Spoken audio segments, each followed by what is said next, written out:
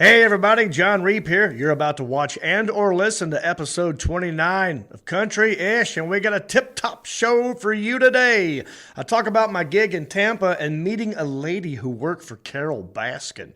And comedian Nate Bargatze zooms in, and in small town news, we talk about a West Virginia survivalist compound. It's good. Just a country boy, and he's making it good. He was y'all's underdog, dressed in overalls, living next to the wood. He liked to eat the sushi, but he don't even fish. Not so much a country boy, it's more like he's country-ish. Moved out of Hickory and headed for Southern Cal. Wound up in TV and film, making popsicle proud.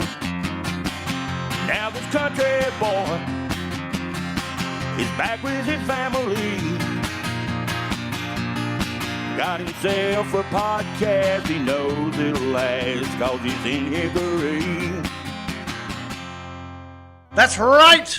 I am in Hickory, and I'm happy about it. I hope you're happy. I hope you're safe and sound and, not sick and doing okay and healthy and all that jazz. I'm John Reep. I'm the host of Country-ish.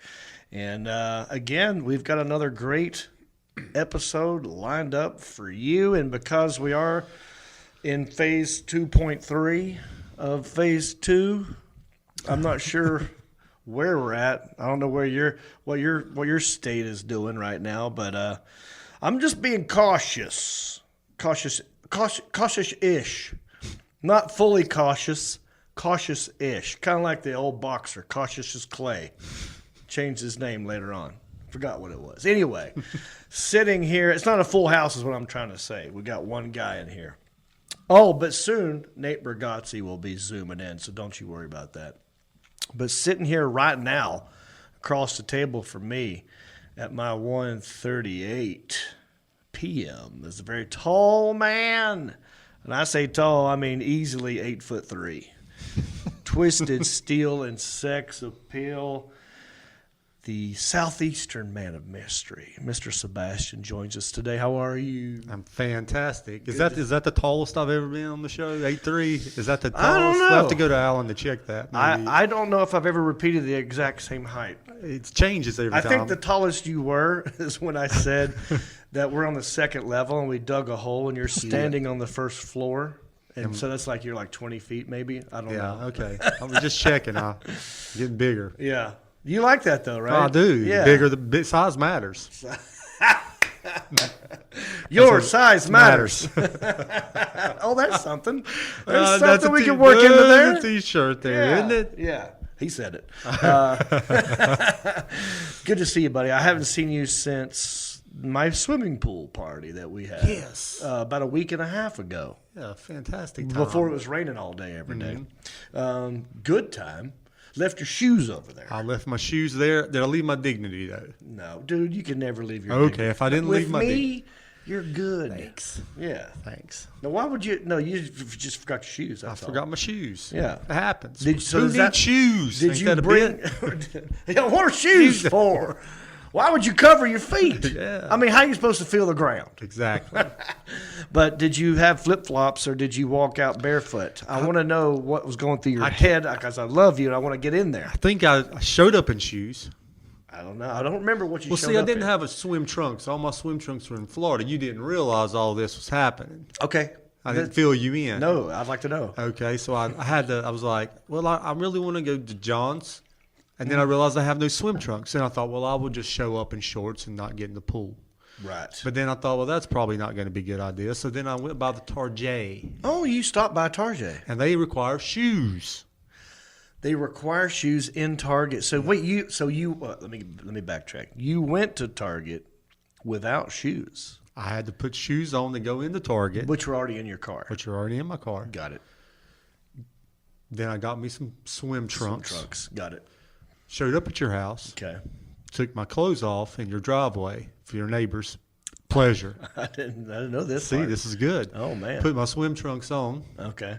Left my shoes off. Still have my shoes on, maybe. I don't know if I had the shoes on when I took the trunks off. But nevertheless, you changed. I left my shoes in your driveway or wherever I left. No, they're in the sunroom. Sunroom. Yeah, I think they're. Well, they're in the sunroom now. I don't remember where I found them. Probably in the I garage. just know that, like, Yeah. you're the only. They could have been only your shoes. They were large. You could ski with them. Yes, these are like, yeah, you could ski with these dang things. So I'm like, wow, how did that happen? But I get it. If you had to change your clothes, Yeah. have a good time, you're just waltzing Big off. shoes, yeah. Yeah. Say about big shoes. Yeah, you have big shoes to fill. Big feet, too. There. Oh, that's what they say. That's what they said. Yeah, big shoes Shoes means you had big feet. Yeah. And that's it. That's all they said.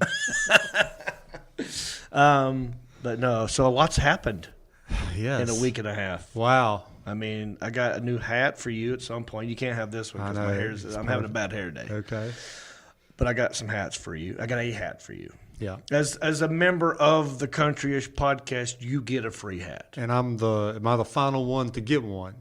Only because it was Stamos' turn last time. Oh, So yeah. That's why. You flip flop. You guys Yeah, flip flop. that's why. But Just making I got sure. a hat for you. Do you have a? I gave you a mask. Right. Hey, Yes. you got a mask before Stamos. You're right. We Oh, took no, pictures. You got one before Keith. Oh. Because I see? worked out one yeah. time. Koozie? No, T-shirt. You got it at the same time. Yeah. Anyway, you're caught up. You have everything. Next thing comes out Yeah, you're gonna get it. first. So what? I mean, I was in Tampa, Florida this weekend. How'd that go? Speaking of, that's you're a southeastern man of mystery. I know I Florida's wanted like to your come. stomping grounds. I know. I just couldn't get to Florida this weekend, but So you here in Hickory then? I was. Yes. Did you go to? I mean, I know you go to like South Carolina and all that. Yeah, I was here. Okay. I was here this weekend. All right. Yeah, well, I was in Florida thinking about you because I know you're there a lot. Yeah. And it was great. I was scared to death. I haven't performed since February. Yeah, we talked about this a little bit. Yeah. I said, yeah, you'll just jump right back on the bike and it'll be nothing. Yeah. Not so much. I did okay. So Thursday night, well, let me just backtrack. I had to fly Thursday, which I don't normally. In the past, I've always sort of like give myself a travel day so I can just get there, get acclimated, unpack my stuff, sleep well, be well rested. But everything's different now. You know what I mean? There was no radio to do. Like a lot of times you get there a day before because the next morning you got to get up and do press. Yeah. They're not letting people in the radio stations. You know what I mean? Like to have guests on. Mm-hmm. So a lot of the guys that are DJs are doing it from their house, you know? So there was no press Thursday morning. So I didn't have to be there Wednesday night. But I also don't like flying the same day I perform. But that had to happen. And I haven't flown in a minute either. When I was packing, I forgot where my bag was in the house. I'm like, where did I put the bag? You know, so the whole all of this weekend was crazy mess, but in a good way at the end. But yeah, so you have to wear a mask at the airport, right? So there's no getting around it. Like, you know, when I'm driving there, I'm not wearing it. When I get out of the car, I'm not wearing it. Even when you get up to the counter, you don't really have to wear. You have to wear it when you get on the plane, and then I've seen people take it off on the plane. Yeah. I've seen people keep it on. But it's just boarding the plane is the 100% time that you have to wear a mask. And I realized I do not like wearing a mask because I've not been wearing one that much. I'll wear one like if I pull up at a grocery store and I look in the window and I see if they're wearing it, I'll put one on. But for the most part, I haven't really been wearing one. So it was weird keeping it on for a long period of time. Like the whole flight, like almost a 2-hour flight, I'm sitting there wearing a stupid mask. And like you, I did not like it. Yeah. Yeah. Now, I did not wear this mask. I was going to ask you, did you wear that one? No. This is my face. I'm not wearing this mask because when The I double travel, face thing. dude, I just want to get to the destination. Yeah. I don't want to get pulled over like, ha, where'd you get the mask? Oh, you're John Ray. You know, I don't want any of that. Yeah. I'm just trying to sneak through there and get out. Yep. But I just had a different little cloth mask, and I don't like it because it is hard to breathe. Yeah. I will tell you an awkward moment that happened. So this was just weird. I didn't even think about it till I already said it. Okay. So I get in a cab. Once I get to Tampa, right? They told me just to grab a cab and go ahead and go to the condo that I'm staying in. So I was like, okay, whatever. And I get there, I get my bag, I get a cab. Cab driver pulls up, African-American fella, black guy, probably like in his mid-60s, got the mask on, right? I'm like, oh, shit, well, if he's got one on, I'll put mine on. I'll put my mask on. And then, I get my bag, I put it in the trunk, and we get going down the road a little bit, and it's hot. It's 92 degrees. I can't breathe. I'm doing this back there. The sun is just right in my face. I said, I looked at this black man. I said, I'm sorry, man, I can't breathe. Oh. Right. And as soon as I said it out loud, I was like, wait, am I allowed to say that? I was like, I can't. The mask, So it was weird. Oh. Like that was just a weird moment I walked into accidentally. Yeah. But I also don't like wearing it because you can't see what other people are doing under there. You don't know if they're smiling, if they're happy. Yeah. You can't hear people. It's a pain in the butt. Yeah, it is. So when you came in here and talked about that time you had to wear a mask for something, the lady made you put it on. Then when you got your hair cut, you had to hold up a coffee filter. Yeah. Yeah. Great. I feel your pain, dude. But I also get it, So that was like, I had to get there on Thursday. I stayed in a condo I've not been to before. So that whole thing was weird. I didn't really have time to prepare the set in my brain and on paper of what I was going to do Thursday night. Because I talked to other comedians, they go, dude, you'll be fine. You'll get up there. Your nervous energy will kick in. Your muscle memory of this will come back. And I go, okay, I trusted that, And I told I was so nervous. I told the sound booth guy, who's also in charge of the time that you're up there, I said, light me at 40 minutes. Normally, I tell them, light me at 50. But if you do 45 minutes, that's like the minimum a headliner could do is 45 minutes. So I said, light me at 40. That way I'll know it's almost over. In case I'm running out of stuff. Like I got worried I wouldn't remember. I remember getting to the club. And everyone's coming at me and talking, what's your sound cues? What's this? And I was like, I just got to write down stuff to see what I'm doing. I started writing down. Like I have the ideas of like what I call the jokes, pool story. Yeah. This. So I'm sitting there writing stuff down. I go like, I can't even remember the names of not my bits, the names of my bits. And that started making me more nervous. Because I'm like, I can't even remember what I called the bit that I can't remember. And I'm like, oh, you about to win in stage fright. Yeah. And so I got up there and I told the audience right away, hey, it's been since February since I've been on stage.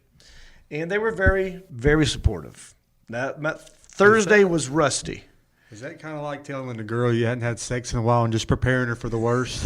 Is that what it is? Yes. Yeah. 100%. And you go, don't worry, it won't take long. It won't. Yeah. Just smile. Just smile through it. Is that what you said? Yeah. Light me at 30 seconds. No, it was like that. Luckily, the people who've been coming to see me in Tampa, you met some of them on the cruise ship. Awesome. They're really nice people. They just want to come party with me. They don't care. So Thursday was nice in that they were nice. And this is how you'll know if you ever watch me at a comedy club and you're thinking, did he just forget a bit? I'll give you guys the inside scoop of how to know if I forget a bit. Because this is what I do. I'll go, but yeah, man, it's crazy, huh? Everything. Any questions? Like, I will just say any questions if I forget something. Yeah. And I must have did that 4 times. Wow. Thursday night. And I used to do it once every 2 months. So now it's like, I did that 4 times in one set. But it was fun. It led to me doing new material. Really? Which was also nice because I haven't done it in so long. I feel like a new comedian again, like a young comedian. Mm-hmm. Like I'm getting the joy of a new joke working. Like it's a different happiness than when a joke works that's supposed to work. Yeah. That always works. Yeah. It's different when it's brand new and it works and you go, that's like a whole nother, that's like a, that's a like comedy that's a moment. hidden shot, hidden switch. Yes. Right? Right. Yeah. Maybe like the first time you dunked a basketball. Yeah. Like the 45th time you've dunked, it's like, whatever. I'm supposed to do that. I'm Well, 8 feet 3 inches. Yeah, I should be able to do it. Back in the day. Back in the day. Yeah. But you know what I'm saying? Yes.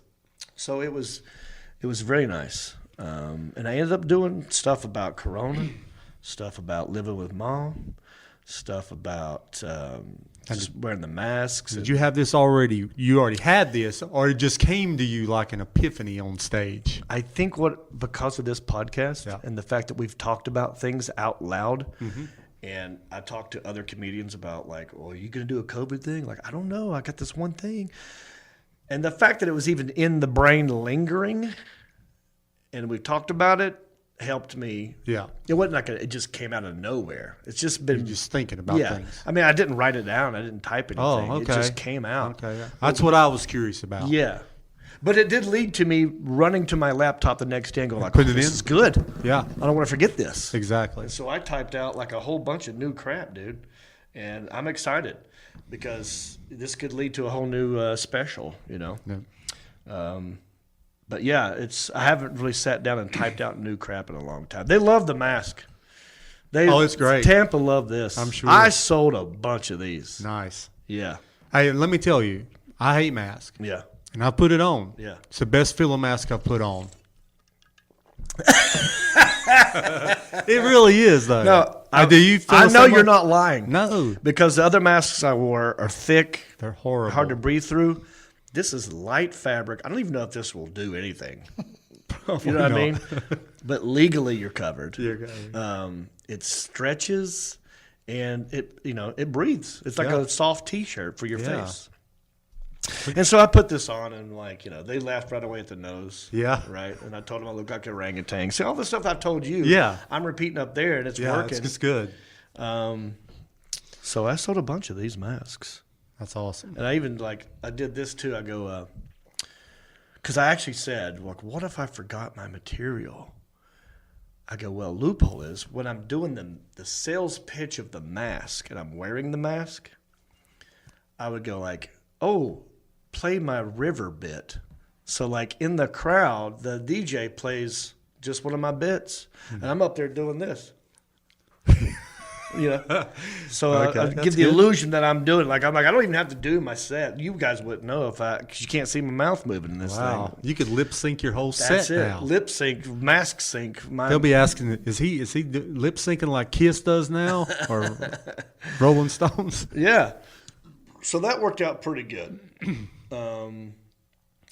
Yeah. I'm trying to think of what else I could tell you about the mask. I think we're good on the mask.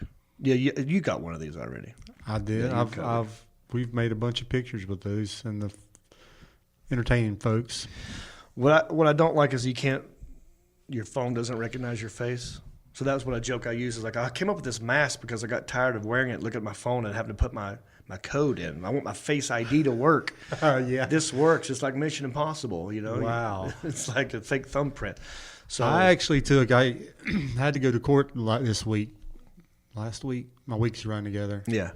I had to finalize my paperwork for my divorce. Right. And I didn't know if I was going to be able to go into the courtroom and have to be required to wear a mask. Right. So did you bring a mask? I had it in my pocket. All right. And I was really wanting to bring it out. Is it my mask? It's your mask. Oh.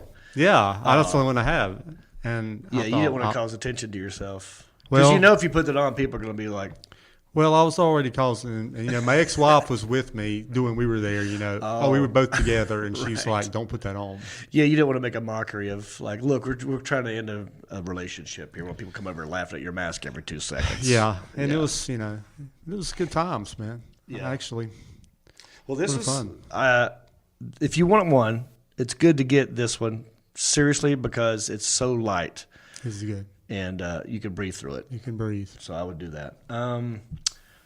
Well, here's another thing, too. I try not to judge people who do wear or don't wear a mask. I try to be – it's a crazy time. The rules keep changing. Like, I get that, But what I found myself doing was when I was wearing the mask and I would see someone not wearing it, in my head I was going like, that dude thinks he's better than everybody.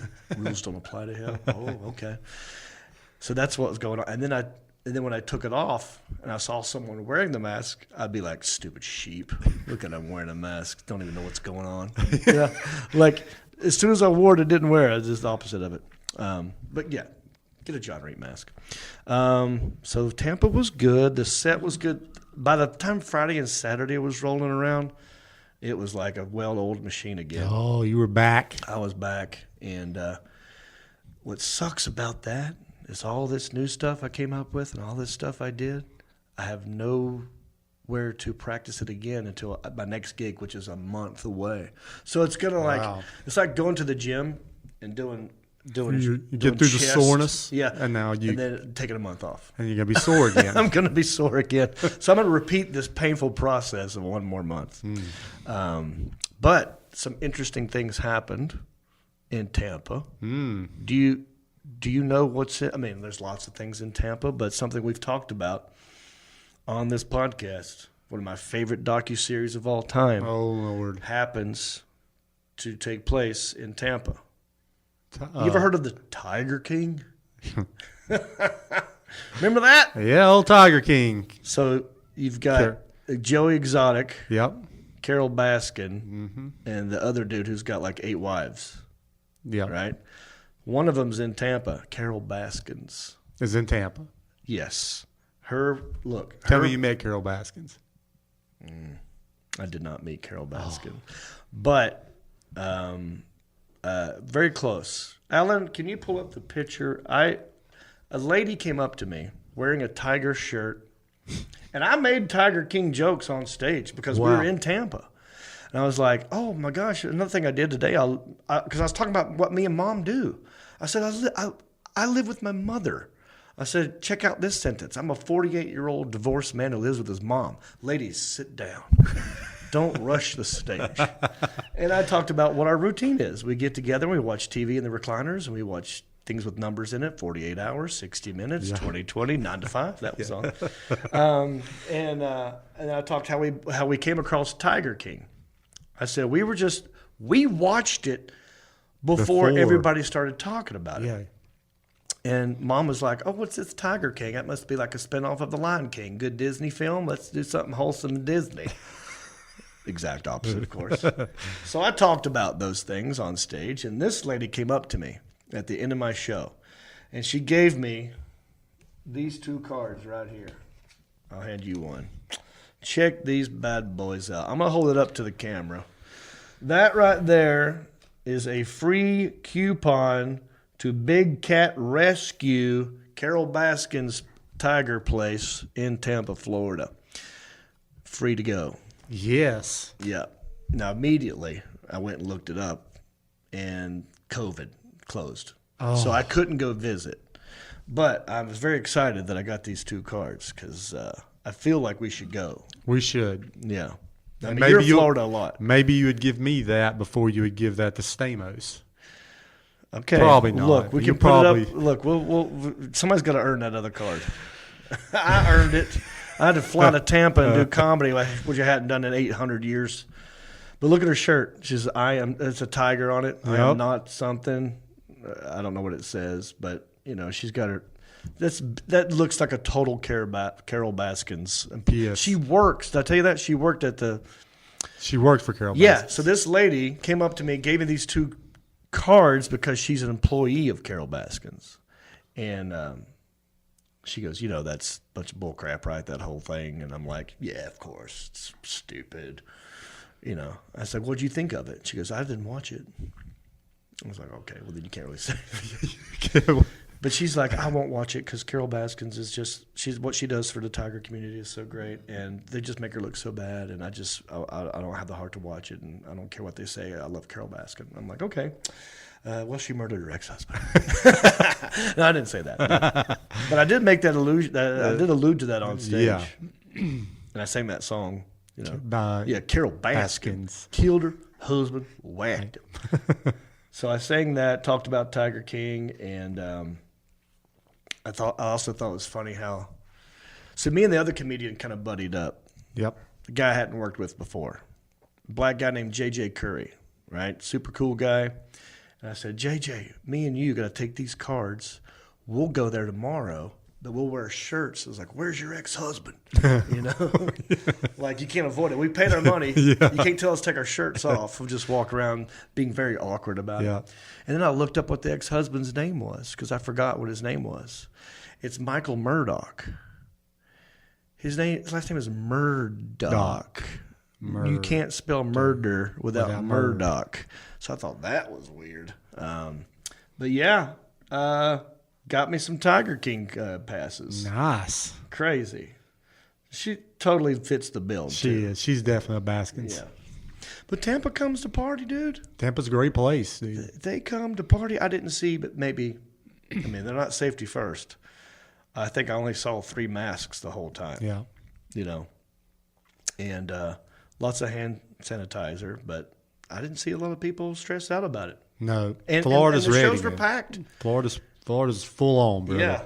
All they did there was separate the tables a little bit. Yeah. Like they didn't make people go every other table. They just stretched it out, you know, which really I couldn't even tell that much. Yeah. So another crazy thing happened, right? So after the first show Friday, it's weird because you're standing there in the lobby and you're selling your merchandise and you're taking pictures as the other line is waiting to get in. So they can see everyone having fun after the show about, you did such a great job. They're taking pictures, but they haven't seen the show yet. They're just standing there.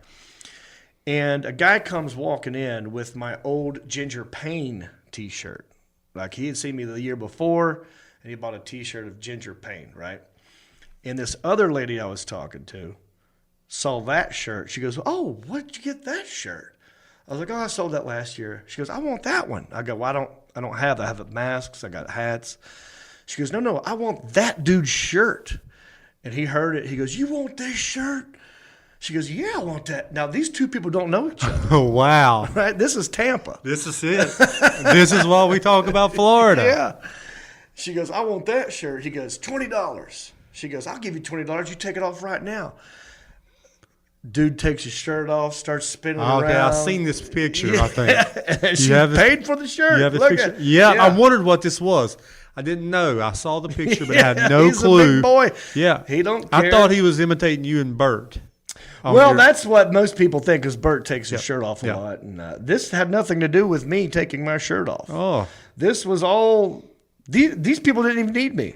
They just wanted that shirt. She just wanted that shirt. So did she? She got the shirt. Yeah, I think there's another picture in there somewhere, Alan. I don't know which did he one buy came another first. shirt There's from a you? Couple of. I got 3 pictures in this series somewhere. So later on. So yeah, go ahead and click on that when I see it. So that's him. Right. Later on, she let him wear the shirt again. Maybe this is before that. I can't remember. But he bought a mask and a hat, and he's got the shirt. Then she wanted the shirt. So then she took the shirt off, and there's another picture where she hands him a $20 bill, but you don't need to see it to believe me. Now I know what you're about to click on, Alan. Yeah. So now shirts are off. Okay? Yes. It's Tampa. People have seen this guy take his shirt off that are coming into the show. And it's like, it's party on. Everyone's going to have a good time. And so another guy, when I'm doing my set, he was at the cruise, right? One of the guys at the cruise, girlfriends, whatever, super cool guy.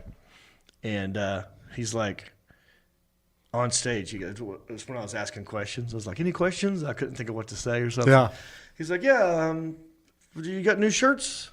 I'm like, oh, yeah, country-ish T-shirt, whatever. It's a new shirt for the podcast, whatever.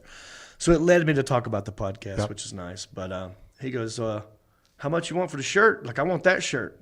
Like the exact same thing that was happening. Like now he thinks that's the thing, right? Yeah. He goes, well, I want that shirt. I'm like, this is the only shirt I have. I don't have. Not only did I did not have Ginger Payne T-shirts, I also did not have country-ish T-shirts. I had country-ish hats. I had the masks. I had the koozies. I didn't have the T-shirts.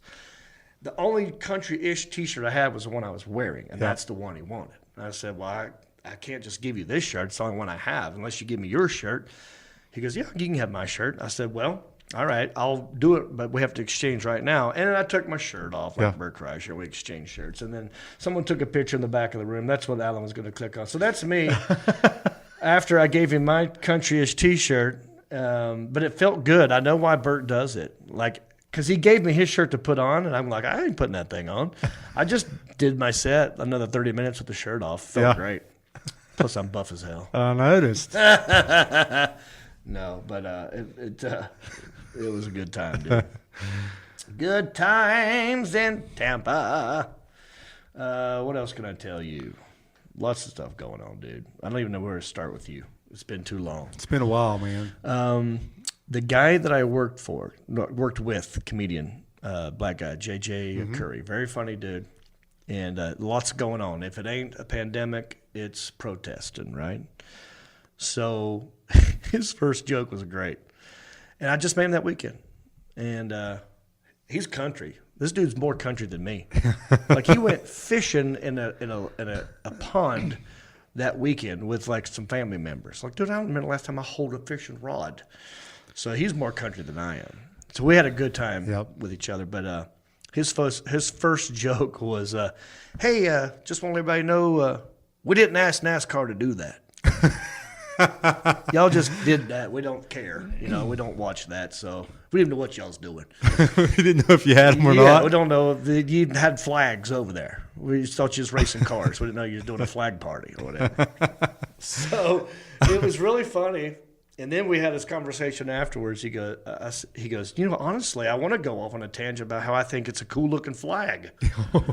Like, he wants to defend it. I go, "Well, that's what comedians like doing. They like taking the devil's advocate point of view. Like, what would the opposing attorney do?" So he's like, "Well, everyone could talk about how they hate the flag, but what if a black guy talked about how much he loved the flag?" Yeah. And so I was like, "Well, if you do that, maybe this is how you approach it. You go like, all right, white people, we're going to let you keep the Confederate flag, but you can't keep the colors, okay? Red, white, and blue, that's for the Stars and Stripes. That's who won. They get to pick the colors. You can keep your X flag with stars on it, but it's got to be red, black, and green." Oh. like the African flag. Yeah. The red, the black, and the green. Like, Malcolm X flag. Yeah. So I think that's a bit he's going to be working on because of the conversation we had. Yep. So I thought that was a lot of fun, man. He was a very funny guy. Shout out JJ. Also, Confederate statues are coming down. That's for real. Yeah. And I don't give a shit about it. I don't understand why some people care so hard about it. Yeah. I don't even know who some of these people are. Right? You missed the Civil War history, didn't you? Yeah, well, I mean, there's ones that are coming down that didn't even make the history books. I'm like, who? What page was he on? Yep. So why do I care? I don't care. But it's funny because now there's talk. There's a campaign going on right now about replacing this Civil War statues, Confederate statues, with statues of Dolly Parton. Hey, I'm for that. Yes. I mean, well, who which would Dolly? not love to look at? I wonder what the statue would be, though. Would it be like the Best Little Whorehouse that we reviewed? Right. That model of Dolly, or is Yeah. it the new model that's Skinny Dolly? Right. I think if you get to pick your own Dolly statue, Yeah. you go straight from probably Best Little Whorehouse. Yeah, the one with the lingerie. Yeah. Yeah. I think let's that's do probably that. what you would do. Well, there's so many statues coming down. You can have a variety of Dolly statues. Could do a lot of Dolly. Yeah, you have her wearing a coat of many colors. Yeah. You know, her from many movies. I'm for that. Or just not having statues at all. Well, what would you do up north, or if you do Paul Revere? I mean, it's a different war, but would you take that down too? No, I think their argument is like, well, we won. We won, okay. Yeah, so we're allowed to celebrate that because that's what when we say we, that's all of you because we're all Americans. Yeah. So I think that's the argument. Like, we don't have to take these statues So we couldn't down. replace them with like 1998 Pamela Anderson statues or anything? Oh. No, but there's probably I think there's also like a lot of military bases have like names from like generals of I'm like sure. you know, Fort Bragg I didn't even know was named after a Southern Civil War general or something. Yeah. I think I'm right. This is how much I don't care about it. Yep. But I do like the fact that they're thinking about doing the Dolly thing. And I can get behind the Dolly thing. Yeah. It's a joke in itself, Alan. Well, you would like to get behind the Dolly thing. Or in front of it. Either one. I'll take all angles. Any angles of Dolly. Yeah. Oh, so check this out. I told people in Tampa, I'm like, look, I've not done comedy since February. I can't even tell people I'm a comedian anymore. I can't tell you that because I don't do comedy. I'll tell you what I do. I'm a elder care Uber driver. That's what I do. I drive old people around, mostly my mother, But I was like, my mom likes this podcast. She listens to this podcast. And we made a funny video about trying to get people how to listen to a podcast. Yes. And she's in it. Yeah, it's great. And it's very informative. It's formative, and she's awesome, man. She's hilarious. She steals it. Yep. So I'm like, in that video, we made the joke of like, oh, at the end, she's like, oh, look, Dolly Parton has a podcast, So as I'm taking her to Winston-Salem to get her eyeballs checked, she goes to the eye doctor in Winston-Salem. I got to drive her there because she's getting stuff done. That's like an hour and a half each way. We're not going to listen to my podcast. I mean, we'll listen to my podcast, but, we go a lot. So can't listen to the same one over and over again. I'm like, what other podcast can I listen to with my mother? It ain't Joe Rogan. It ain't Adam Carolla. It's not most comedians. Right. So I thought, well, I think Dolly Parton actually does have a podcast. And I looked it up, and I listened to it, and it's really good. Really? Yes. Dolly Parton has a podcast. It's called Dolly Parton's America. I'll just read you the synopsis, right? In this intensely divided moment, one of the few things everyone still seems to agree on is Dolly Parton. But why? That simple question leads to a deeply personal, historic, and musical rethinking of one of America's great icons. It's a nine-part series about the Dolly's universe, and it's really good. She's in it. It's just this dude, right? So apparently, Dolly Parton had to go see a doctor one time outside of Tennessee somewhere, right? And this doctor had a son who's into podcasts. Like, he's a producer of it, like an NPR type of dude, right? And so he convinced his dad to introduce him to Dolly so he could do this podcast. So he drives it. He's the host of it, and he just interviews Dolly. And he weaves in and out of her life, and it's really crazy because he's like a Middle Eastern guy growing up in Tennessee, right? So it's hard on him. Growing up in Tennessee as a minority back then, it's tough. Mm-hmm. And so he would just see Dolly's face everywhere, and he just was like, it was part of the background to him. He just didn't care about Dolly Parton at all. He didn't have any, it's just a thing that was there all the time. And he wanted to get to the bottom of what is it about Dolly Parton, and by the end of it, you see why.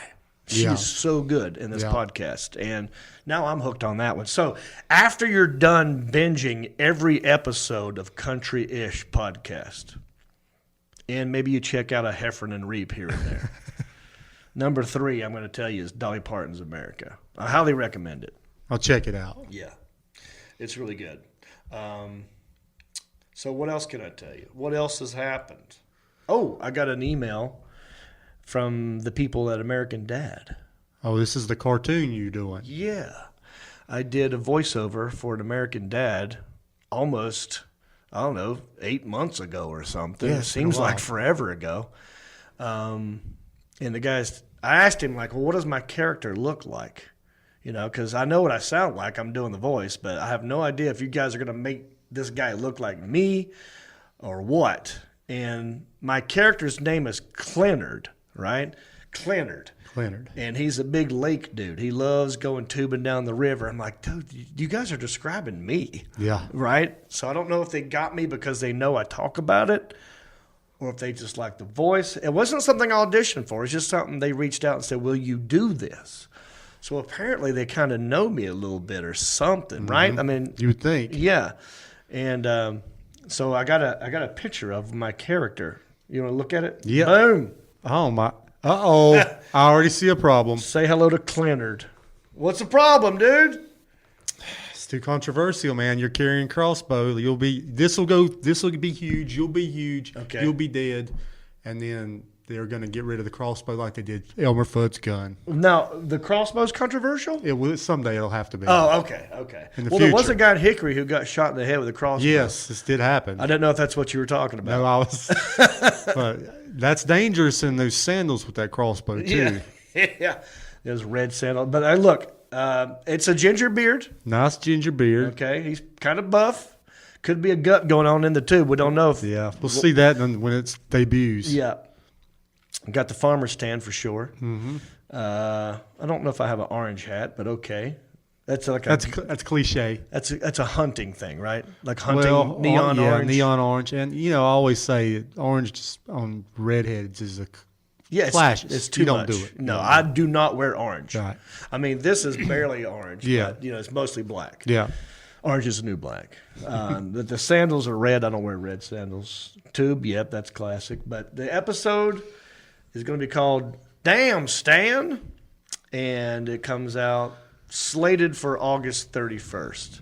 So look for me, listen for me, look for that on an upcoming episode of American Dad. It's called Damn Stan around the 31st of August. They could move it, but so far that's what it is. Crazy, right? Neat. Yeah. Have I read our reviews on iTunes yet? No, we're waiting on you. I I heard just good blowing things. through this. Are we good? I'm going too fast. You're rolling. Alan, how are we, buddy? Very good. Okay, good. So we got new reviews on iTunes. I do highly recommend you guys writing us a review. It helps out the podcast, all right? So you go to, I don't know if it's iTunes or Apple Podcasts. Apple Podcast, formerly known as iTunes. Go to Apple Podcast, look for Country-ish Podcast. You can rate us and you can review us. If you do rate us, why don't you go ahead and give us 5 stars? That's great. And write a review. We got 4 new reviews. Here's one. It says, all that is right with country people. 5 stars. Maybe it's, this person is named, their name is Come On. All right. And here's what they said. Maybe it's just because I live 7 miles down a gravel road in the Ozarks, but in my opinion, John Reap and his cast of characters highlight the untapped source of quick-witted hilarity that can only be found in some country people. Wow, this guy's a fancy. wordsmith. Fancy talker. Yeah. Positive and rarely vulgar, it's nice to hear a podcast that makes you feel like part of the family. Hometown news will leave you rolling. Well, small town news, but I'm not going to. Thank you. Come on. All right. Here's another one by Latner55. Says, sincerely funny dude. Feel good pod with good laughs. Good break from my true crime and political pods. About to unfollow if he calls a dolly a hand truck again. Oh. Well, I didn't know that was a problem. Now listen, you know. Thank you, Latner55, number 1, for even writing a review. We You will give us not 5 let him say stars. that again. I love you. I won't say it again just because you already wrote a review. I will make sure to say Dolly. Dolly. Okay. But we just talked about Dolly Parton. This is very confusing. And I do believe there's a difference between a dolly and a hand truck. There is. Okay. So I don't want to have to correct. What were you using? You were probably using. I was using a hand truck. You were? That's the one that's got handles. Right. Goes like that. It's got the little thing. Yeah, You I pull think up, some people do lean call it those back. dollies too. Where a dolly is where you just lay it flat on something and you push it with your hands, right? Or am I wrong? Maybe that's the hand truck. Maybe you're wrong. Maybe we have to do some deep dive research. I wasn't prepared to go full deep in what's appropriate here, but we'll get into that, Latner55. I appreciate you even writing a review. All right, here's one by Yellow Lamp. It says, high five and hell yeah. Love the podcast. Being a fellow Southerner from Southwest Georgia, it's awesome to have a country-ish type podcast. The podcast is funny, and I always look forward to Fridays to listen to the new episode. John, I met you. Oh, God, I should proofread these. John, I met you after one of your shows in 2016 at the Comedy Zone in Jacksonville, Florida.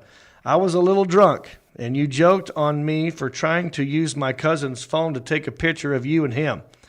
It was taking me a little while to figure out how to use his phone while inebriated. Ha ha ha. Well, that happens all the time. Especially in Jacksonville. Yeah, it's Florida. Yeah. And I do feel like people who want to take a picture with me are the ones who never take pictures with their phone. Because it takes an hour and a half. Yeah. They don't know where their camera is. They don't know where the picture went after they took it. They don't know how to turn a flash on. I mean, it's like everything. No one does a countdown anymore either. Yeah. Back in the day, when you had before digital cameras, people go like, ready? 3, 2, 1, cheese! Now people just stand there, and I'm smiling for an hour. You don't know. Like, did you take a picture? Yeah, I took 70. I'm like, well, say something. No one does a countdown anymore. That's true. So thank you, Yellow Lamp. One more. This one's by America 1783. Says, hilarious. Country-ish is really funny. This podcast is something to look forward to at the end of the day. Highly recommend. Boom shakalaka. Thank you all for writing your reviews. Every little bit helps. Keep the wheels turning over here. Keep this train rolling down the right track. Also, there's a new thing that you could do. Alan, should we show them the Patreon? Yes. All right. So if you were to go to countryishpodcast.com, which, by the way, is the best way to tell people how to watch and or listen to this podcast, countryishpodcast.com, there's all kinds of new links that you can click on. One of them is called Support. And if you click on Support, it will take you to our Patreon website. That is our new sort of supporter listener type thing we got going on. We're like NPR now. We're like public TV. Actually, you know what I mean? Yep.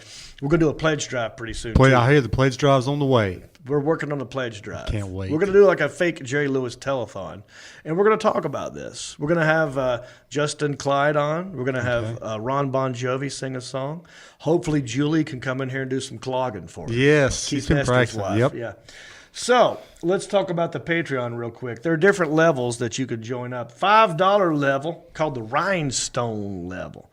Right there, we give you a shout out at the end of the show, and you get to watch us live.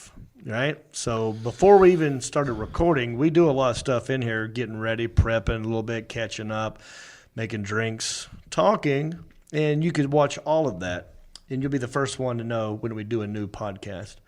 The next level is called Pewter Pro. That's $25 a month. You get the shout out, you get to watch us live, and you get a country-ish merch pack. Now, I think that is a T-shirt, a hat, a koozie, and a digital download of one of my stand-up specials. Yes, correct. Yeah. All right. Then the next level, $50 a month. That's called Executive Zirconia. And you get all those things plus the ginger beard mask, bada bing, bada boom. And you also get a free cameo message from anyone here at the Country-ish team. You want Sebastian to wish your son congratulations for the scholarship for basketball? You want a legend doing that? You can do that. You got a son who just made it into Juilliard? We got the Alan Jackson over here that can wish you something. You got a son who's going into acting. John Stamos' brother, Marcus Stamos, can send you. I mean, whatever you want to, you write it, we'll read it and send it to you. It could be me, it could be anybody. But that's not the final level, the best, toppest level. Platinum Elite, right? $100 a month. You get all the stuff I've already talked about, and you could be on the podcast. You could come in here, sit down, I'll talk to you, I interview you. Talk about whatever you want to talk about. You got a business? You want to come in here and talk about your business? Boom, you could do that. You want to come in here and just brag about your kids? You could do that, all right? You could be on the show. Now, if you're not in Hickory, you can zoom in and do it. There's ways to make it happen. That's $100 a month, so check it out. Go to countryishpodcast.com, click on support. Okay, man. I feel like I've been talking for an hour and a half. Why don't we take a quick break, and we'll be right back with more Country-ish Podcast. Hey, everybody. John Reep here. Just want to say thank you for listening or watching this podcast. We love it when you do that. Also, I want you to go cruising with me. That's right, not in a car, in a ship. That's right. It's the Reeps Peeps Comedy Cruise. Check it out. If you go to johnreep.com, click on the Reeps Peeps Cruise. All the information you need is right there. It's in 2021. You got plenty of time. November the 6th through the 11th. We're going to a private beach in Haiti. We're going to Nassau. I'm doing stand-up. We're doing a podcast, and we're doing karaoke. 5 nights. It's going to be a blast. Get on the boat with me, John Reep, and the Reeps Peeps Cruise. If you love this podcast and you love wearing shirts, well, we got something for you. If you go to countryishpodcast.com, click on merchandise, it'll take you to my store, and we have an awesome t-shirt for you. It's a Country-ish podcast t-shirt. Look at it. Isn't it beautiful? Also, it's got the website on there. It's a soft tee, very soft, feels good on your skin, and it helps us keep the lights on here at the studio. So check out countryishpodcast.com, click on merchandise, get yourself a t-shirt, and know that I love you. Real quick, if you want to help us out, one way you can do it is give us a rating and a review at Apple Podcast. As you can see right behind me, so far we've gotten 234 ratings, all 5 stars, baby. That's what we want. Also, you can write a review. The last one was written on April the 10th, 2020, so we need some new ones. Go in there and be creative. Say nice things, please, and it will help us here at the studio keep the lights on and keep making funny country-ish podcasts. Thank you. And we're back. All right. One of my new favorite little segments to do on this show is because, comedians can't tour right now. They're all stuck at home, but they got laptops, and I know they got the Wi-Fi, and I make them zoom into my show. And we got a good one today.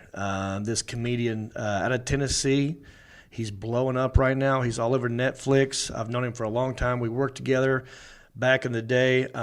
Check him out. You're going to love this interview with the very funny Nate Bargatze.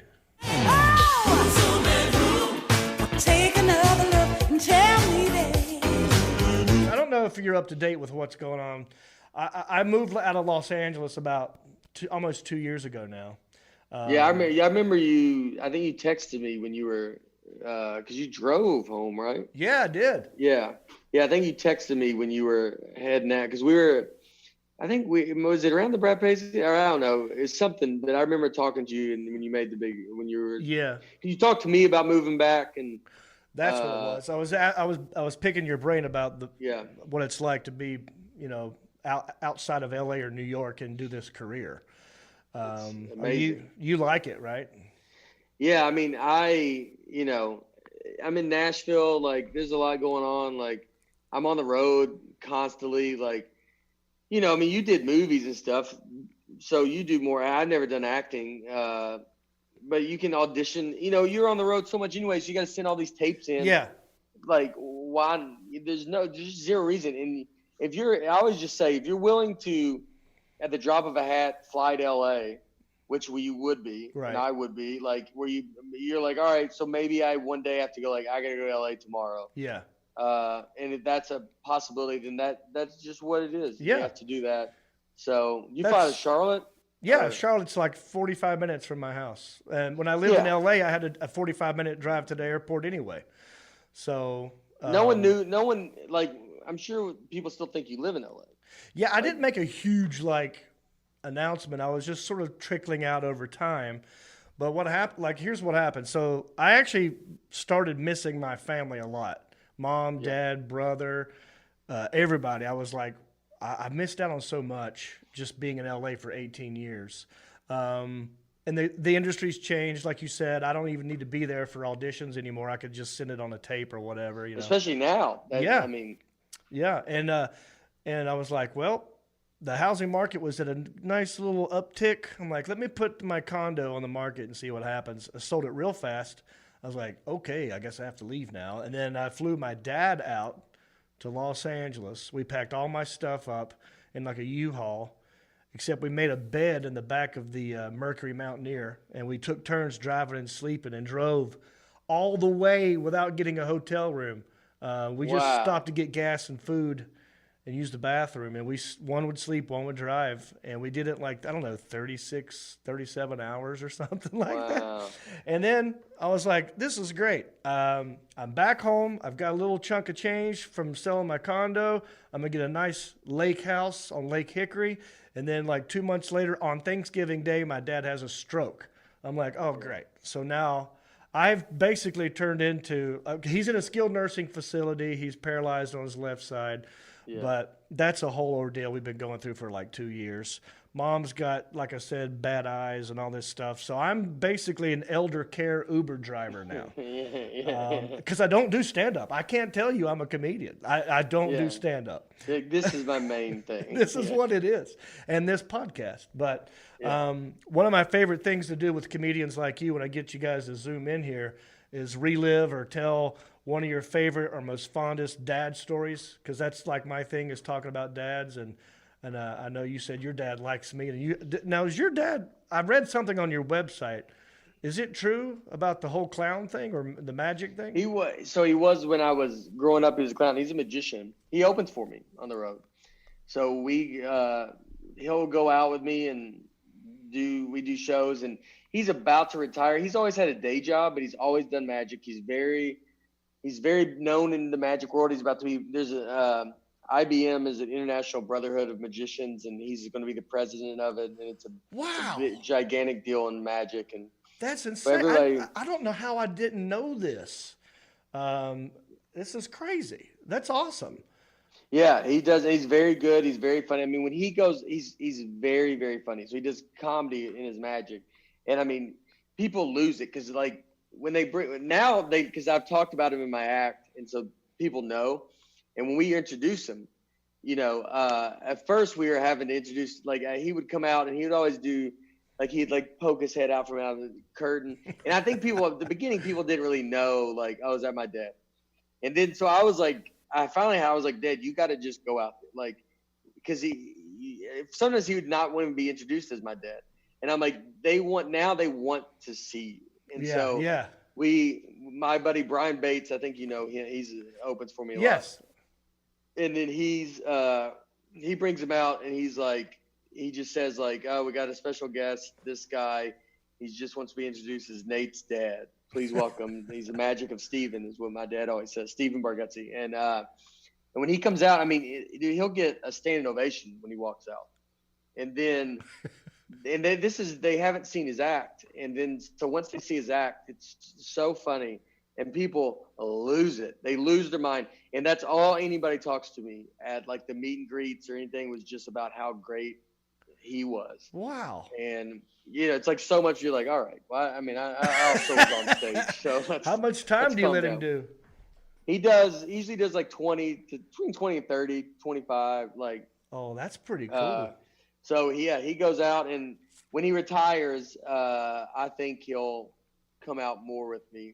We golf, and so we hang out, and once we get to go do that, it's fun. I mean, he could have been huge, and he was just so funny, and it was just such a long time ago, and he had chances to move to Vegas, but he didn't want to raise us there, and so we did a lot of stuff for our family. So it's nice now he gets to get his kind of due.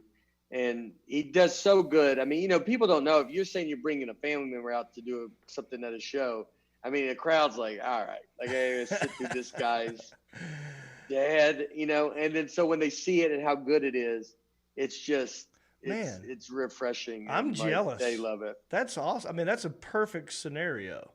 I think it would be.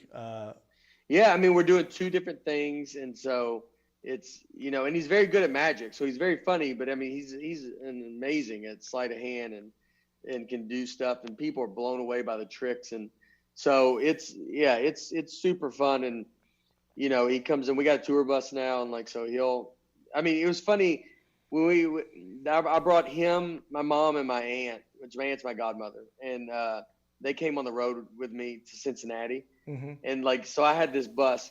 So we were trying to get this bus. So I know a guy that's used to be the tour manager for the 21 Pilots, and he grew up with them. So we needed a bus one weekend.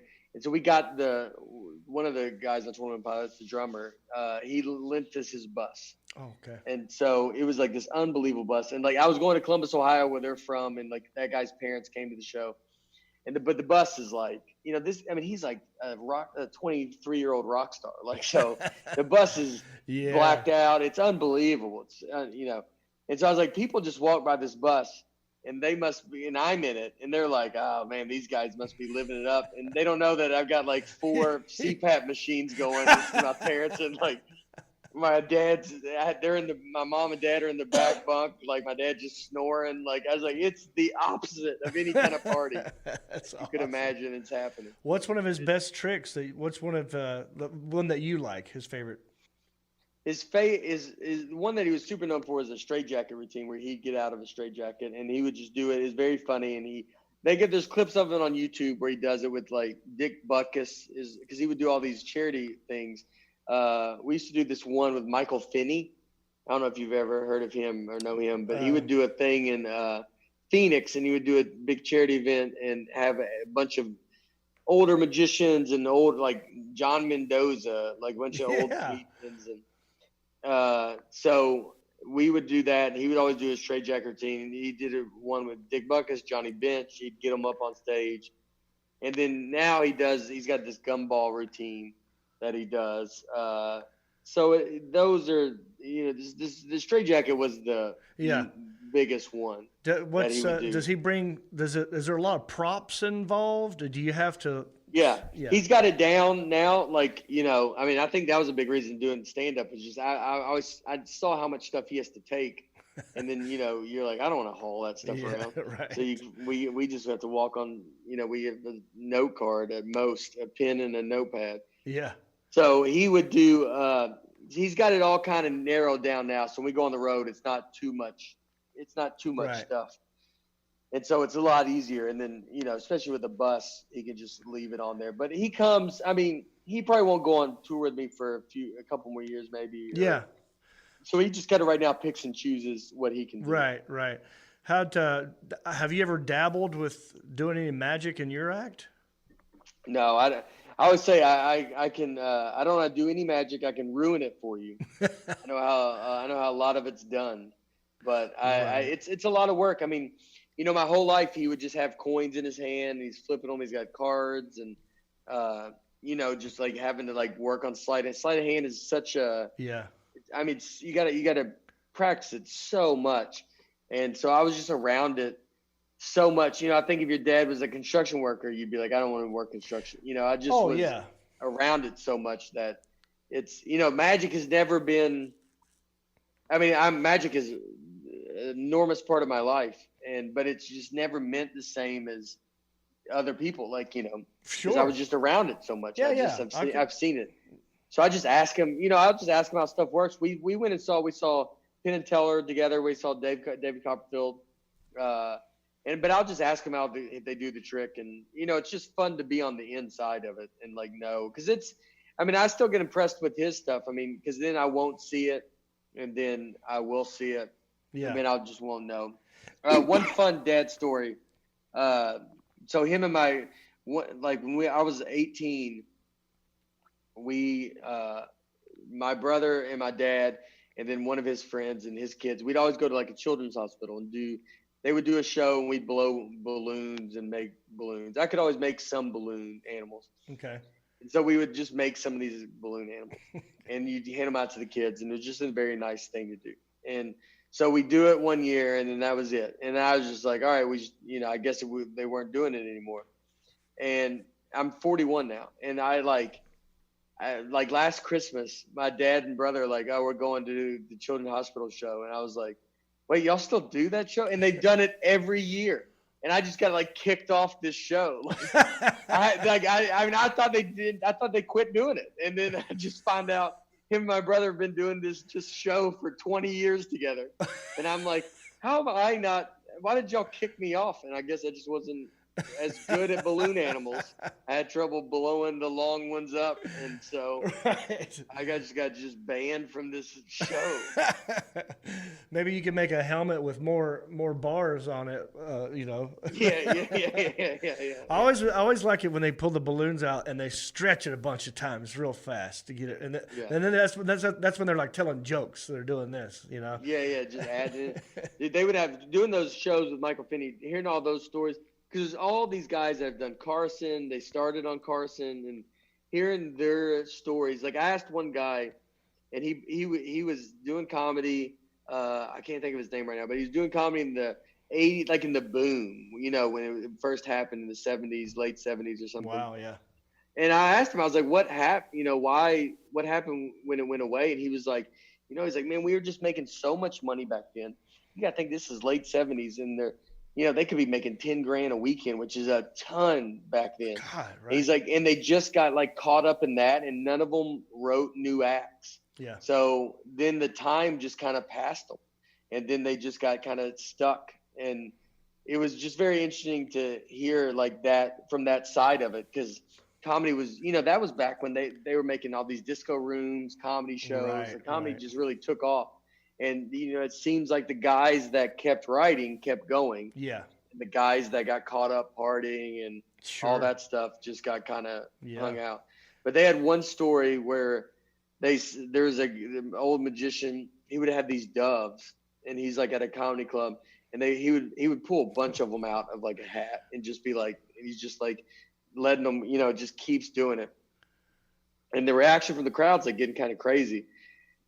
And he's like, he doesn't know what's going on. He's like, what's going on? And what he doesn't realize there's a ceiling fan above him, and he's just launching them into the ceiling fan and just murdering doves. No. They're just getting. I mean, he just pulls them out of a hat and like tosses it, and the dove's like, and then just a ceiling fan's like, bah, bah, bah, bah, and he's just throwing them, and he doesn't realize it. He's like 12 in a row. Just dying. They're just all, and the audience is like gasping, and he's like, "What's the problem?" Like he does this trick every night. Doesn't realize he's just killing. Wow. Yeah, I've never I love magic. I'm at an age where I obviously know it's a trick, right? Yeah. But when you're a kid and you don't know there's a trick involved, it's awesome, right? Yeah. And then you get older, you're like, oh well. I know there's this. I know it's not witchcraft. I know he can't physically make the Statue of Liberty disappear. I know it's still there. But I'm amazed at people who still believe that there's some sort of sorcery involved. You know what I mean? Yeah. Like those people make me laugh more than anything. Like David Blaine would do street magic and watching people freak out. I'm like, calm down, guys. He's not. He's doing something. There's a trick, and they're just. But it's a skill, like you said. Witches. It is a skill. The sleight of hand, like I guess you really do have to practice that over and over and over again. You got to make someone look somewhere else, and I mean they're really good at like even if you know where to look, they can still they know because they deal with every type of person, so they know how to make even the guy that's like not gonna go along with the trick and like. Not look the right ways. They're like, all right, well, they can still make you look at least somewhere, some way to then do something. And so, my dad, he can take people's watches. Ooh. That's always fun to see someone not realize that. Like, I mean, he just can pull, it takes the right watch to do, but right. He can get it off and pretty simple. And you just see, the person just will be on stage just has no idea. And he's just like, there's your watch, and it's like been 20 minutes. They don't know that they haven't had a watch on. I love that. Thanks for doing this, Nate. I haven't seen you in a while, man. It's good to see you, buddy. I know, I miss you, buddy. So we talk about our CMT comedy stage. Oh yeah, right back there. I don't know if we can see it. Was that your first TV appearance? This is my first TV appearance. Little John Reap is on there. Look at all those names. That's great. Yeah. Yeah, it was a good group. And then it was the first. I was living in New York, and it was in Nashville, which was very cool because I got to come back home. But I remember no one knew. It was my first thing, and all you guys kind of knew each other. I mean, you were still young, but you already did some stuff so that people knew you. And they thought I worked for CMT. Everybody just thought I was like a part of the crew. And then everybody's like, I just remember like Mike Armstrong, like everybody was just like, why is this dude that worked? Like I'm just in the green room, Gary Mule Deer. Nobody understood why I was sitting back there. And Wait, then, do you remember what you wore? Was it all black stuff? no, I don't think so. Okay. I don't remember what I wore. I've done that before where I've like, you know what? I'm just going to wear a black t-shirt, black jeans, blah, blah, blah. And then, you're at a theater and people think, if you don't know you, you're like, oh, that looks like someone who would work behind the scenes because he's wearing all black. And I did that with Brad Paisley. Like I did one of his gigs. Yeah. And I was wearing all black. And he's like, why are you dressed up like a roadie? I'm like, oh, I didn't even think about that. I guess you're right. Yeah. January 15th, 2007. 2007. Oh yeah. So, yeah, I mean, that was a while. So, what is do you remember? How'd you feel about your set?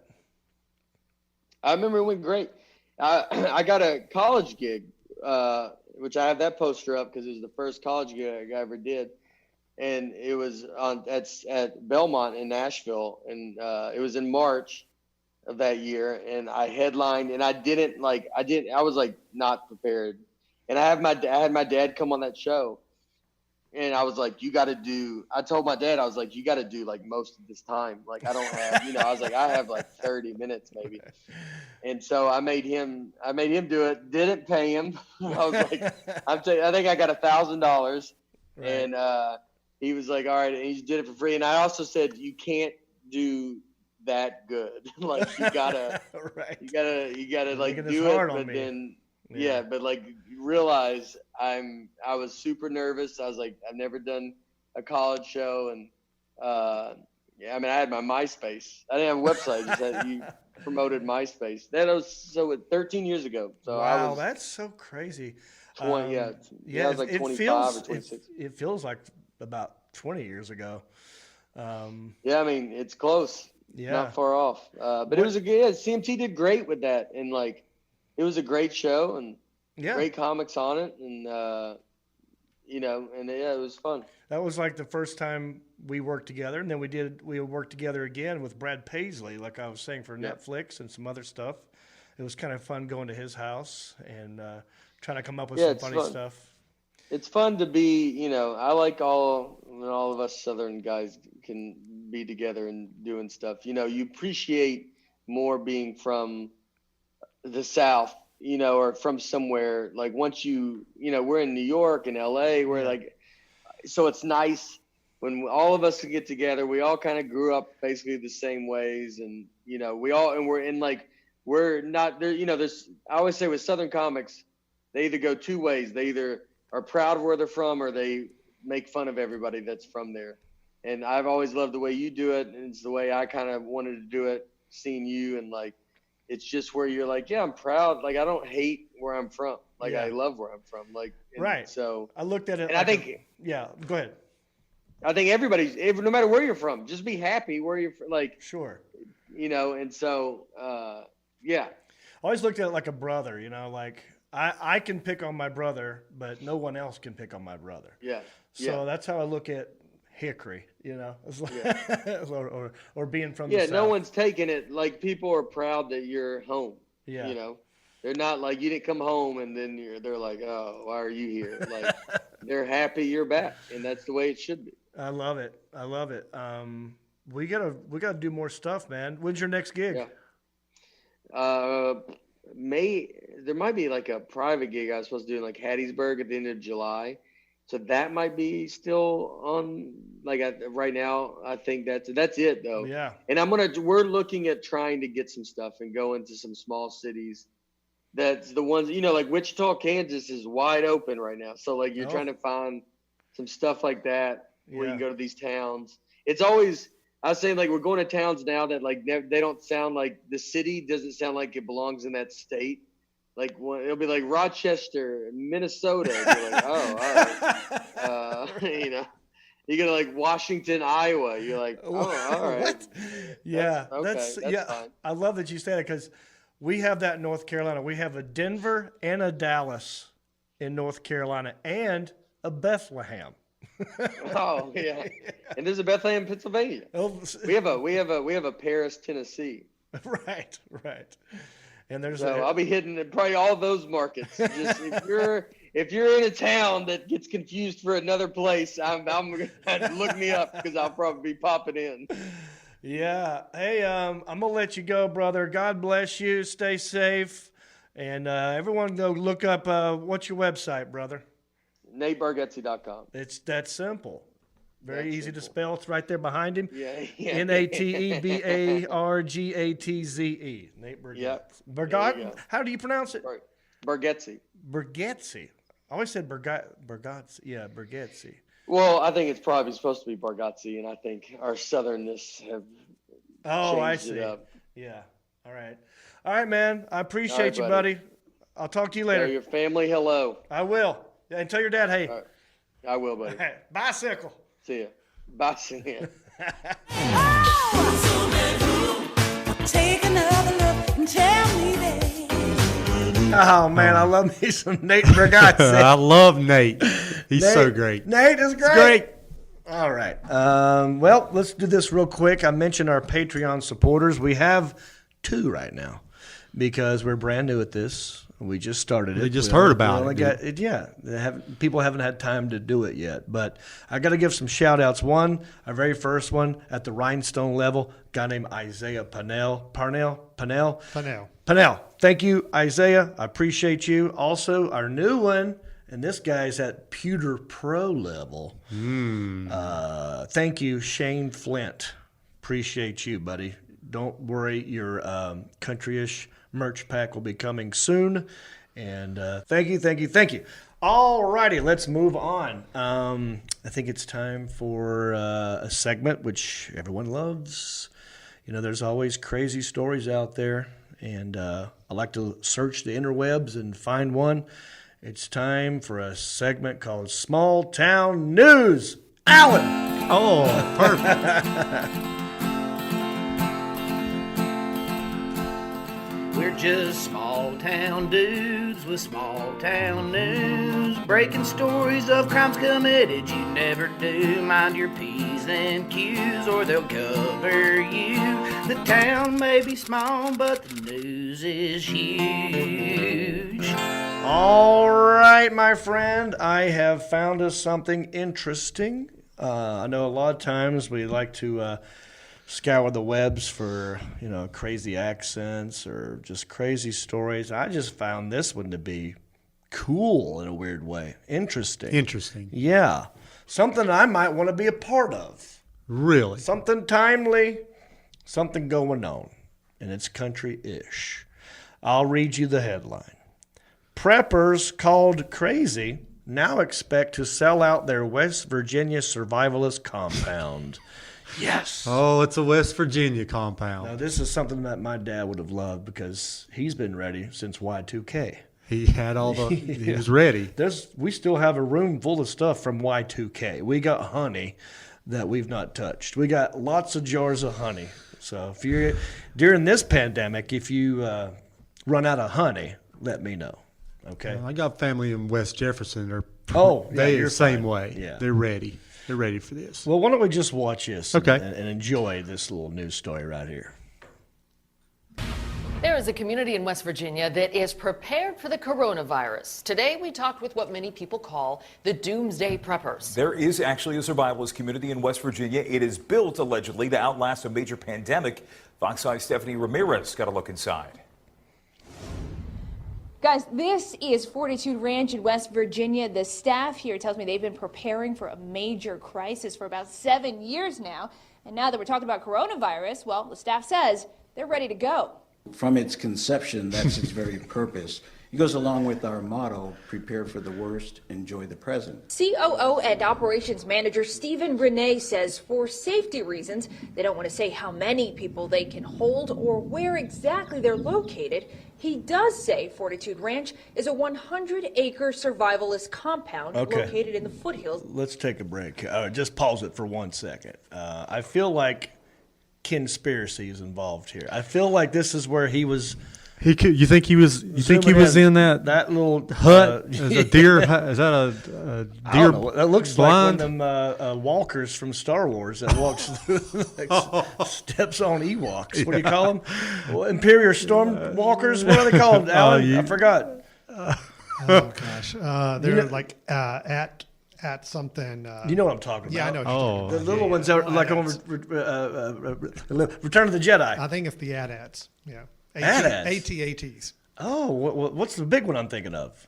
Imperial Stormtroopers. Big AT-AT. I don't know the. I don't remember the name. Well, of the you guys have really, we're slacking. you really slacked off on the knowledge. Star Wars knowledge. We're losing the ish and getting more country. No.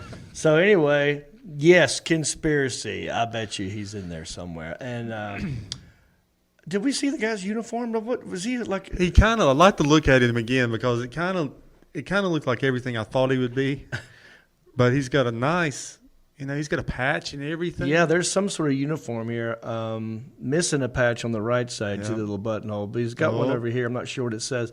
He kind of looks like a character that Mike Judge would have drawn in Beavis and Butthead. Yeah. Like this guy would have been the one that's like, he looks like that hippie teacher in Beavis and Butthead. Like, guys, you need to really be focused on, he looks a little bit like that. But, maybe...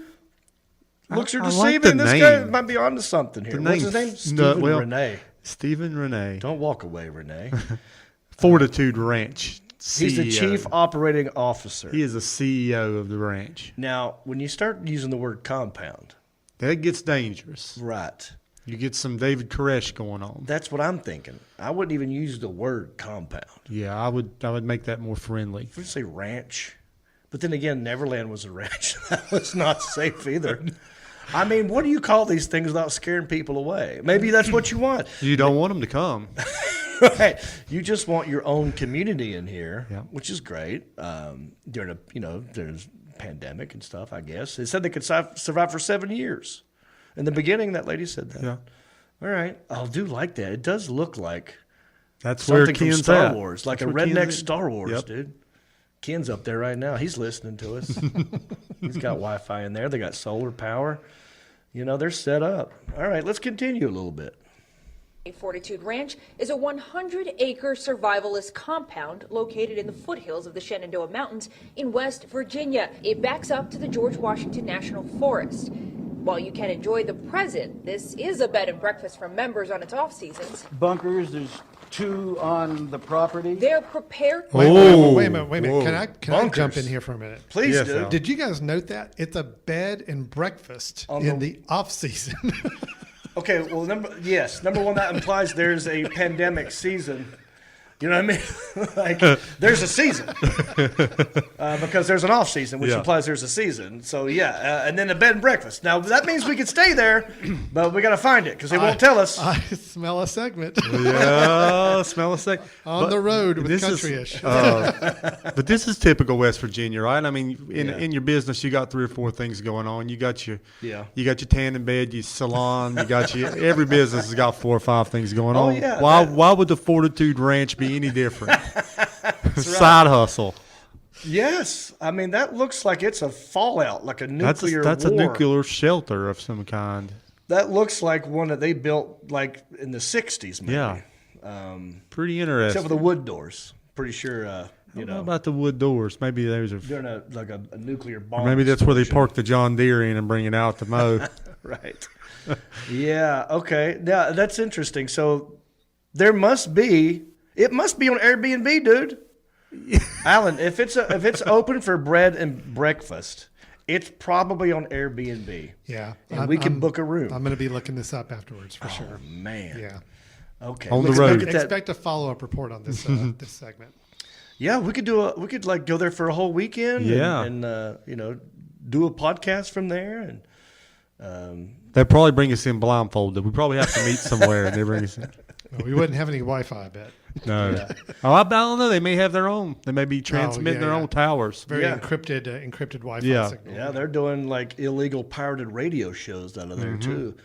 All right, let's continue. Good call. Breakfast from members on its off seasons. Bunkers, there's 2 on the property. They're prepared to close off to the public with armed guards should something serious break out, like a civil war or a devastating pandemic. Whoa, Brittany's Civil background War! includes time in the Army and humanitarian work. The creator of this place is also military and studied at Harvard. If people... Wait, can we go back and take a look at that? That's a lot of information. She said in case of a civil war, they have armed guards ready to protect it? To shut it down from the public. So basically, armed guards will go out and protect this area in the event of a pandemic or a civil war. Or a civil war. Civil war. Oh, I wonder who put that word in her head. That's interesting. But take a look at this place. This is nice. Yeah, this it's is nice. Not your typical. Well, this is the prepper, CEO's shack right here. We got this figured out. These are their master quarters. Yeah, you got your foosball table, your dartboard, nice little sitting, a telescope. Yeah. Yeah. I don't know. Some of the furniture is a little outdated, but you know, when you're on lockdown, you don't care about what's in style. This is just coming in. I mean, West Virginia's 30 years behind on everything. So this is hot 80s stuff coming in right now. Yeah. And they're just now in 83. So just think about it. That's right. Yeah, that's pretty nice. Mm-hmm. All right, let's continue. That was weird. The Civil War, armed guards. The creator of this place is also military and studied at Harvard. Harvard. People don't cooperate, and it really starts to get out of hand because the economy tanks. And everybody's out of work and then at one another's throats. Well, that's why a place like this exists. Well, you can get away from that. On site. Wait, I'm confused. Okay, pause. So what he's saying is, we've built your combine. You just got to come pay for it. It sounds like it's membership driven. Yes. They mentioned members a couple of times. Okay. So I think if you're a member of this, you can come as a safe haven. Then you're able to come in and enjoy this safe haven in the event of a thermonuclear war or something. Right. So, yeah. I wonder how much membership is, and once there's, the world goes to shit and it's all going to hell, what good is your money anymore? You got to have a skill. Yeah. So what's your skill going to be? They're probably Yeah. You have to be able to do something. Like they wouldn't let me in because I'm a stupid comedian. You're done. I don't have a skill.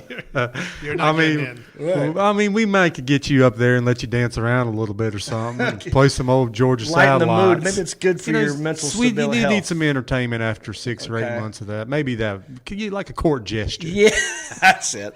I'm a clown. John the Gesture. He'll be performing tonight at 7:30. Well, at the Fortitude Compound. That's what it takes for me to survive. I'll put the stupid shoes on and a rubber nose. I just want to live, man. I mean, what's your skill going to be? I'm a survivalist, man. I was in Boy Scouts. I can tie knots. I mean, okay, I can kill stuff. You can tie knots. They need a knot tire. I can take. I'm a Boy Scout. All right, bras off with one hand. This kind of also reminds me of a little bit of. Taps. Did you ever see that movie Taps, where the kids took over the military camp? Mm-hmm. I feel like the guy who runs this has got he kind of hopes that something happens and he can. He's still watching the original Red Dawn. Ready? Right. He's ready for it. He's ready for Red. Yes, he's ready for Red Dawn. But see, now that's what I was talking about. The little outdated furniture. See that bedspread there? Yeah. That's your classic Motel 6 Super 8 bedspread, right? I mean, he got that at a Goodwill. Mark Stamos used to have those exact same sheets. And look at that rug. Come on now. Yeah. What's that about?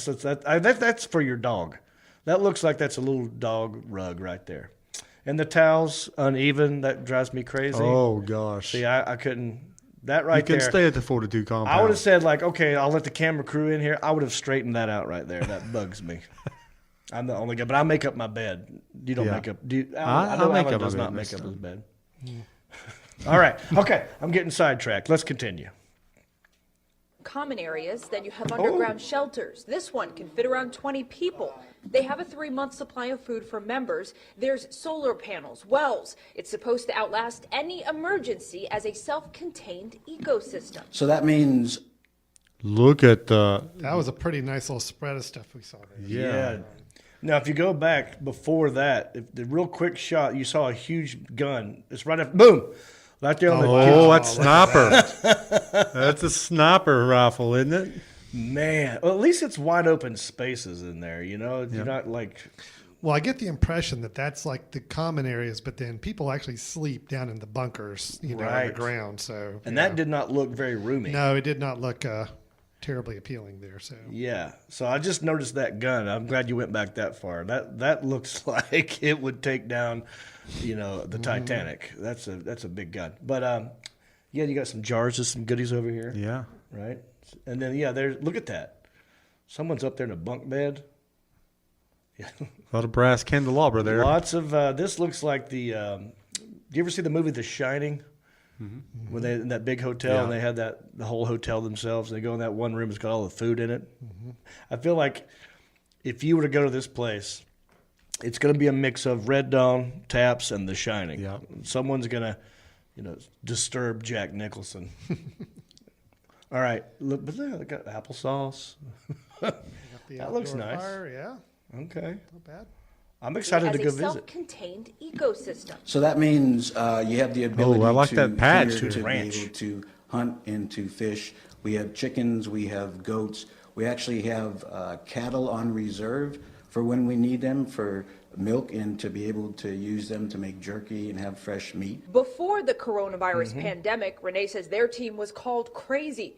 Now he's expecting to sell out membership by the end of next month. They're prepared for the worst case scenario, but his message to everyone is... The main thing that we want to get across is for people to think this thing through, you know, to have a plan, whether you're a member or you're not a member. Membership is around $1,000 per... Does he look like he's wearing a bulletproof vest?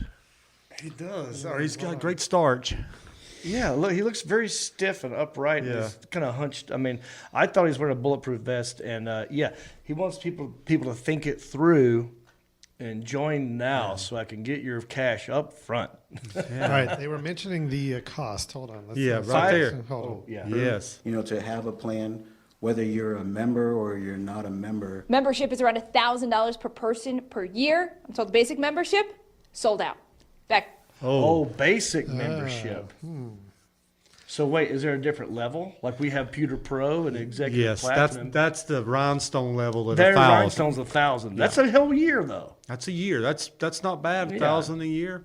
You have to have a place to escape to. Yep, and you got your bed and breakfast. Probably you can probably get one weekend for that. Yeah, thrown in.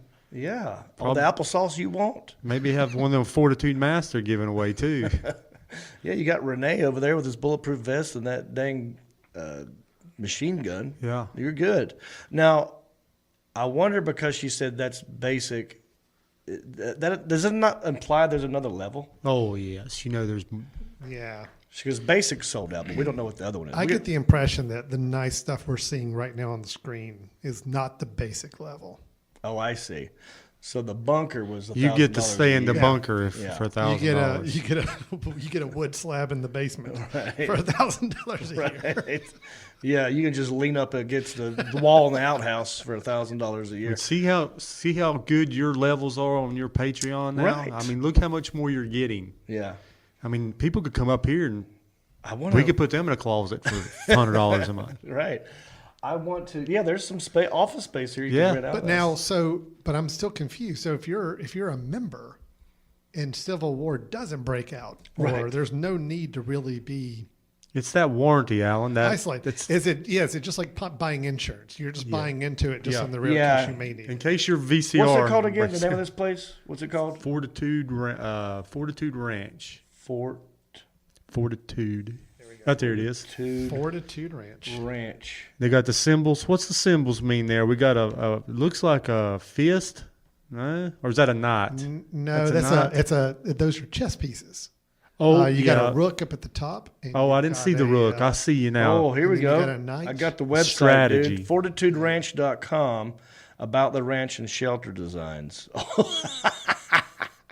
You're right. Look at that. That's what you get for $1,000 a year. You get a bunk bed get a made bunk out bed of with chipcord, that little plywood. It's not really anywhere you want to go for like a vacation weekend or anything. I don't think so. But membership tokens. So it's tokens. Ooh, here we go. Like a video game arcade? I guess. Fortitudes needed to purchase membership in Fortitude Ranch anytime in future. Oh, you know why? Because there's no money when everything goes down. Right. You got to barter in tokens. They got their own like Bitcoin system. Yeah, they do. Wow. Bring a wife or something. Okay, so 1 year. Weird. So an individual, it's 5. So that I don't know how much a token is worth though. Oh, they got a whole weird algorithm going on here. We'll have to break this down later because I don't have time to go through this. But it looks like that 1 year, right, for one person is 5.63 tokens. And a couple is 9.38. A family of 3 is 11.25. This is like a family of 5 is 13.13. I feel like I'm at Chuck E. Cheese trying to win little tickets from the arcades to get a prize. Right. Here we go. Choose an investment amount or enter one below. The minimum is $250. So I could buy $250. But I don't. Okay. All right. Look, we have to do this later. But it's crazy. We could go, guys. We could go visit. At least, maybe even be members. But this is great. Okay, sorry. We got another minute of video. Oh, no, we're actually done. Oh, okay. Yeah, we were at the end. Oh, okay. Yeah, all right. Member or you're not a member. Membership is around $1,000 per person per year. I'm told the basic membership, sold out. Back to you. We can't even get a basic membership. Yeah, it's sold out. We're going to have to go superior. Look, we're going to have to make our own Fortitude Ranch here in Hickory, I guess. But that's exciting. I mean, I'm going camping again this year with the boys up in Galax, Virginia. Maybe that'll get your card back, your man card back. Right. I know. Maybe I can learn a skill for our survivalist compound. Yes, so we don't have to kill you. Right. Thank you. Chew your bones up. I'll take my clown shoes when I'm up there. I'll start working on my camp routine. You get a couple of campfire songs and jokes. Yeah, I don't know if my jokes will work at a compound. I know they work at comedy clubs. So I got to work on that routine for when the shit goes down. Yeah. That's crazy. All right. Alan, we have a good time? Yeah, I think we're all good. Did you have a good time? Had a good time. It's good to be back. Well, look, there's some things you could do. I mean, we've talked about the Patreon. Thank you. Rate, review, subscribe, and share. You can go to Country-ish Podcast. You can get merchandise. I know. Okay, so look, there it is. You can get some merchandise right there. T-shirt, koozie, hat, ginger beard masks are now up there as well. So I think, Alan, if you were to refresh that page, people could also see whether they can get a ginger beard mask. They're $15. They're at johnreap.com. Click on shop. You go to countryishpodcast.com. You click on merchandise. It takes you to the same page, but you can get everything there. And that's what it looks like. Look at there. Oh, yeah, there's See? the mask. You got Jody wearing it, and you got your friend from Iron Thunder. That's wearing right. She made the model picture. Oh, my gosh. She'll be excited. I'll send her a link. She's on my merch page now. Right. I'll tell her. She didn't know she was doing that for money for me. But She's thank the model. You. What's her name? Gypsy. Thank Real you. name. Thank you, Gypsy, for doing that. And Jody. That's Jody and Gypsy and John. Yeah. That's Triple J right there. Also, I'm on the road. Next gig. Actually, I'm going to be doing Bert Kreischer's thing on the 24th of June. That's going to be at Kings Mountain, Charlotte. It's not up there yet, but it's not my gig. I'm just going to show up. That's the Hounds Drive-In, right? Yeah. And you were up there, weren't you? I was just recently, checking out a movie out there. So I'll be up there on the 24th, but I'm not counting that as a real gig. I'm just going to pop up there and say a couple jokes. My next real gig is the 23rd of July in Washington, D.C. at the Comedy Loft. I'll be up there 23, 24, 25. Wow, and that's then, exciting. It is. I've been there one time. It's actually kind of neat. It's a nice little. I got to show up there. Really? Yes. Why are you excited about that? I've been wanting to go to Washington, D.C. forever. Come up there. I'll come They put up, me up in we'll a hang condo. out. It's got 2 bedrooms. Great. Yeah, it's walking distance to the club. I know a person who lives there. Take the tours. She's Okay. great. Yeah, last time I was there, I didn't do any touristy stuff. Yeah. Because I just did one night. I just drove up there and did it and came yeah. back. But yeah, dude, come up there. We'll make a week out of it. And then I'm going camping, which you don't know about. Then I'm going to Myrtle Beach, thanks to Alan Jackson. And then I've got a gig on the 22nd of August. Dude, this August. See, I got like 1 gig a month, basically. But anyway, all my dates are at johnreap.com. Click on tour dates. I'm still doing cameos, TikToks. Ginger Beard Man still available at Amazon Prime. Ginger Payne album on YouTube. That's it. Thank you, everybody, for watching and listening. We're growing. For Alan Jackson and Sebastian, I'm Jon Reap. Well, life on the farm. Bicycle! Kinda laid back, but I wouldn't know that I'm from a cul-de-sac. Don't chew tobacco and I don't smoke crack. Thank God I'm country-ish. Well, a simple kind of life, never did me no harm, but I do know a guy with only one arm. Keep your fancy smartphones and your self-parked cars. Thank God I'm country-ish. Well, I got a podcast that'll make you giggle. It ain't number 1, it's right in the middle. My town's not big, but it ain't too little. It's time for country-ish. Go on, dude.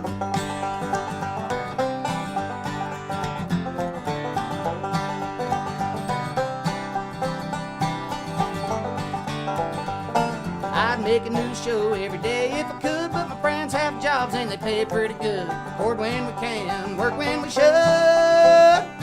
It's time for country-ish. Well, I don't care what your skin looks like, just love everybody and we'll be alright. Listen to the show every Friday night. It's time for country-ish. Well, I got a podcast that'll make you giggle. It ain't number 1, it's right in the middle. My town's not big, but it ain't too little. It's time for country-ish. Don't you?